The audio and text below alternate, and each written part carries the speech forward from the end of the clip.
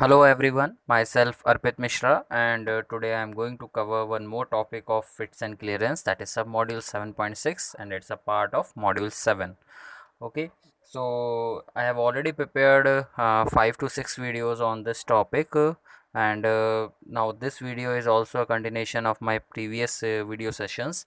So please watch those videos too, and the index for which I have made this video presentation is limit for bow, and whatever the topic I have covered in my previous video sessions,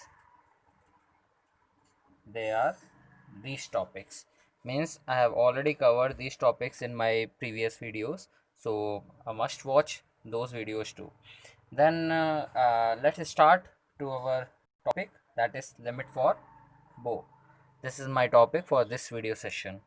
So index पे अगर overview लेते हैं, अगर हम बो की बात करते हैं तो जनरली ये क्या है, जो शाफ्ट में सेंटर लाइन है उससे स्ट्रेटनेस चेक करने के लिए प्रेफर किया जाता है। तो हम लोग शाफ्ट में जो सेंटर लाइन है वो स्ट्रेट है या नहीं है वो चेक करने के लिए हम लोग लिमिट फॉर बो चेक करते हैं। बो मीन्स ये है कि शाफ्ट में कहीं थोड़ी बहुत बेंडिंग तो नहीं है, क्योंकि अगर बो यानी कि बेंडिंग ज़्यादा हुई या फिर जो सेंटर लाइन है वो ज़्यादा बेंड हुई, और उस वजह से क्या हो सकता है, आपकी वाइब्रेशंस जो हैं, रोटेटिंग शाफ्ट्स रहेंगी ऑब्वियसली, तो उसमें वाइब्रेशन ज़्यादा इंड्यूस हो सकती है।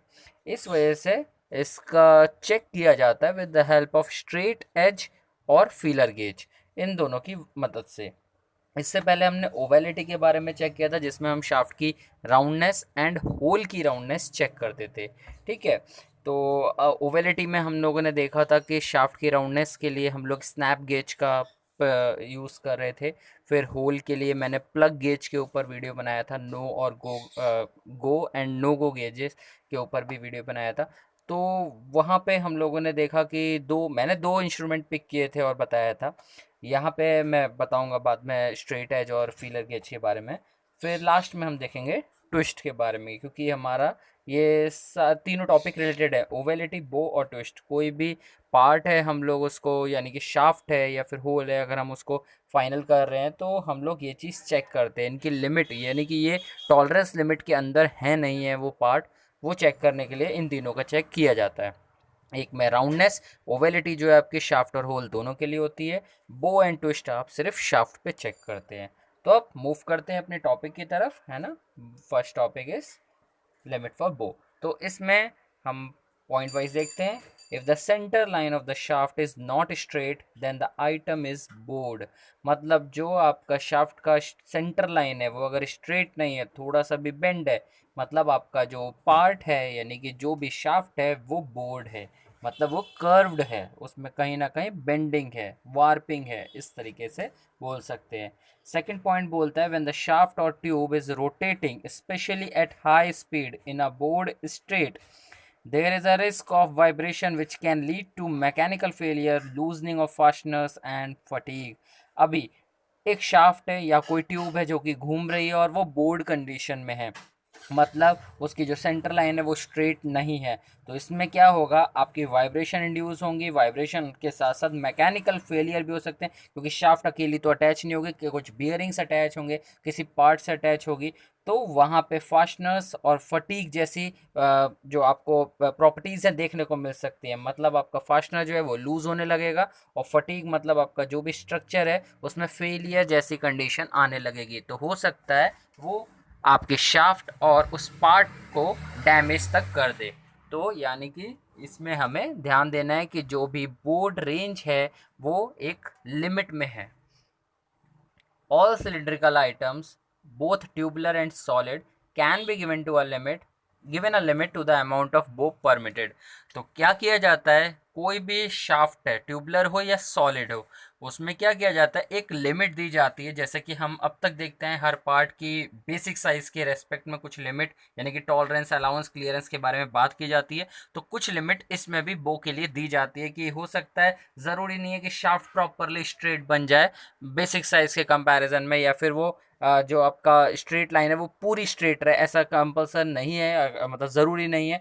तो कुछ ना कुछ डेविएशन रहेगा, तो एक लिमिट मांगी जाती है और डिज़ाइनर इसमें एक लिमिट देता है कि इतना बो यानी कि इतना स्ट्रेट लाइन का बेंड होना अलाउड है। जो सेंटर लाइन है वो पूरी तरीके से स्ट्रेट नहीं भी होगी और इस लिमिट के अंदर होगी तो भी शाफ्ट एक्सेप्टेबल हो जाएगी। ये थर्ड पॉइंट का मतलब था। अब फोर्थ की अब एग्जाम्पल ले लेते हैं।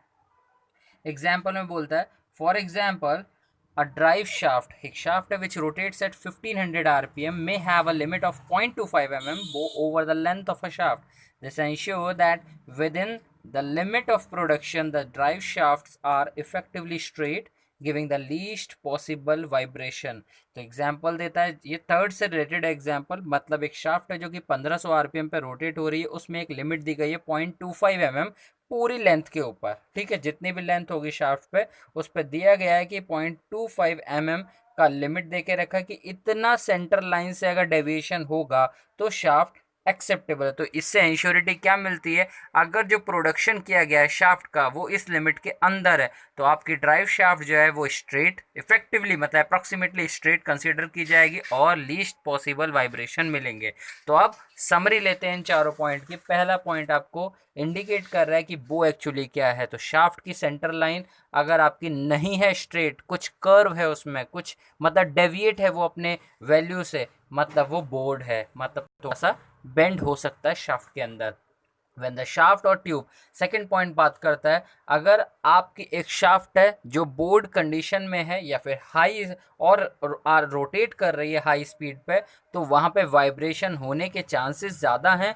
वाइब्रेशन आपका क्या करेगा, मैकेनिकल फेलियर्स कर सकता है, फास्टनर को लूज कर सकता है, ऑल्सो मटी जो आपका पूरा एक स्ट्रक्चर है उसको फटीग यानी कि जो प्रॉपर्टी होगी इवन शाफ्ट की खुद की रोटेशनल प्रॉपर्टी जो होगी वो उस मटेरियल को फटीग स्ट्रेंथ तक ले जाएगी, मतलब फेलियर ऑफ द मटेरियल भी देखने को मिल सकता है आपको।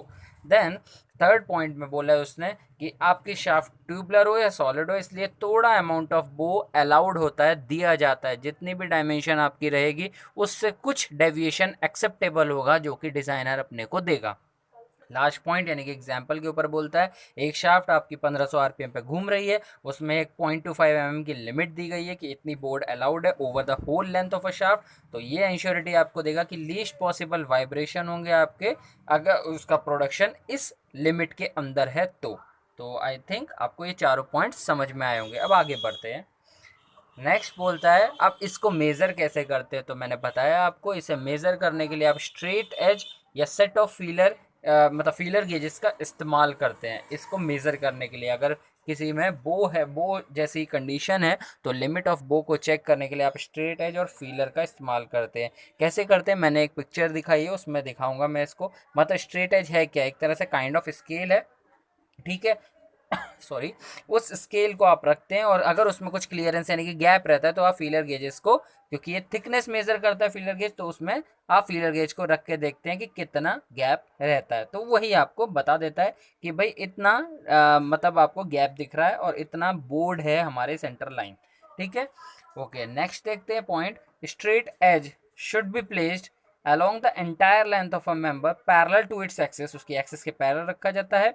then by inserting feeler gauges at the point of maximum clearance the amount of bow can be calculated। Just now I explain this point कि आपका स्ट्रेट एज रखा जाएगा और देखा जाएगा जहाँ पे मैक्सिमम गैप है या क्लियरेंस है उसके अंदर फीलर गेज को फिट किया जाएगा और देखा जाएगा कि कितना इसमें गैप है या कितनी ये बोर्ड है, तो उतना डेविएशन जो होगा स्ट्रेट लाइन से वो आपको पता है, क्योंकि स्ट्रेट एज मतलब एक काइंड ऑफ स्केल है जो पूरा स्ट्रेट रहता है। अब देखते हैं इसका डायग्राम कि दिखता कैसा है। तो यहाँ देखिए आप, ये आपको स्ट्रेट एज दिखा रखा है, मतलब ये पूरा इसका स्ट्रेट एज है और ये वाला पार्ट आप देख सकते हैं पूरा ये पूरा स्केल की तरह स्ट्रेट है, ठीक है, ये वाला पार्ट पूरा स्केल की तरह। तो इसको रखा गया है टेस्ट पीस के ऊपर या सरफेस के ऊपर जिसका आप मेज़र कर रहे हैं।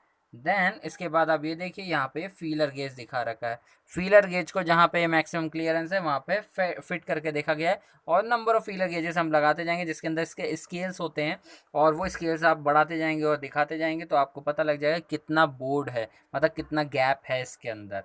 ओके, दिस इज़ हाउ हम लोग स्ट्रेट एज फीलर गेज का इस्तेमाल करके शाफ्ट का सॉरी बो चेक करते हैं।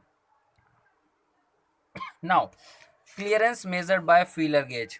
तो इसमें एक वैल्यू दी गई है, ये मैंने बुक से पिक करी है, तो आप इसे याद रख सकते हैं। यासा टेक बुक से मैंने ये मतलब वैल्यू ली है। Over the length of a member in general a maximum bow of 1 in 600 is normally acceptable unless otherwise stated in the repair manual. या तो वैल्यू रिपेयर मैनुअल में मेंशन हो, आप कितनी एक्सेप्टेड बो की जो लिमिट है वो कंसिडर करते हैं। अदरवाइज क्या बोलता है, वो बोलता है कि मैक्सिमम बो वन, जितनी भी लेंथ हो शाफ्ट की उसमें 1/600 का एक्सेप्टेबल है। जैसे हमने एग्जांपल में देखा कि एक शाफ्ट घूम रही है और 0.25 mm का बो के लिए उसने लिमिट दी है। सिमिलरली यहाँ पे एक जो भी लेंथ होगी मेंबर की उस पर 1/600 mm का एक्सेप्टेबल रहेगा। कोई भी लेंथ हो उस पर 1/600 mm का बो एक्सेप्टेबल होगा, unless otherwise stated in an repair manual, या फिर वो रिपेयर मैनुअल में मेंशन होना चाहिए, उसके अकॉर्डिंग देखेंगे। देन नेक्स्ट पॉइंट बोलता है ड्यूरिंग नॉर्मल सर्विसिंग और overhauling of aircraft component dimensional check may be carried out with the aid of various type of precision measuring instrument, for example micrometer, vernier caliper और dial indicator. ये आपको याद रखना है। मतलब आप सर्विसिंग और ओवरहॉलिंग करते समय एयरक्राफ्ट के कंपोनेंट में डायमेंशन चेक किया जाता है। वो आप डायमेंशन चेक वर्ड याद रखिए। डायमेंशन चेक आप करते हैं किससे? माइक्रोमीटर, वर्नियर कैलिपर और डायल इंडिकेटर। तो आपसे अगर एग्जाम में पूछा जाता है प्रिसिशन मेजरिंग इंस्ट्रूमेंट्स, तो आप माइक्रोमीटर, वर्नियर कैलिपर और डायल इंडिकेटर का ये नाम याद रख सकते हैं। These all are precision measuring instrument. Generally हम चेक क्या कर रहे हैं ये भी याद रखिएगा। डायमेंशनल चेक के लिए हम लोग माइक्रोमीटर, वर्नियर कैलिपर और डायल इंडिकेटर का इस्तेमाल कर सकते हैं। ठीक है। फिर बोलता है वियर लिमिट में be found in the appropriate repair और ओवरऑल मैनुअल। तो वियर के लिए भी लिमिट जो है वो आपकी रिपेयर और ओवरऑल मैनुअल में मिल जाएगा। तो इन दो पॉइंट में हमने देखा कि जितनी भी लेंथ है शाफ्ट की उस पर 1/600 मैक्सिमम वो अवेलेबल है। 1/600 जनरली अवेलेबल एक्सेप्टेबल दिखाता है लिमिट, और अदरवाइज वो रिपेयर मैनुअल में जो मेंशन हो वो वैल्यू के हिसाब से जाना है। फिर नॉर्मल सर्विसिंग और ओवरऑलिंग अगर एयरक्राफ्ट कंपोनेंट की करते हैं तो डायमेंशन चेक करने के लिए आप प्रिसिशन इंस्ट्रूमेंट, मेजरिंग इंस्ट्रूमेंट का इस्तेमाल करते हैं, लाइक माइक्रोमीटर, डायल इंडिकेटर और vernier caliper. These all three are precision measuring instrument. फिर वियर लिमिट जो है वो आपको रिपेयर और ओवरऑल मैनुअल में मिल जाएगा। So guys, this much from my side in this video. Thank you for watching this video. I hope you will get little bit idea related to the bow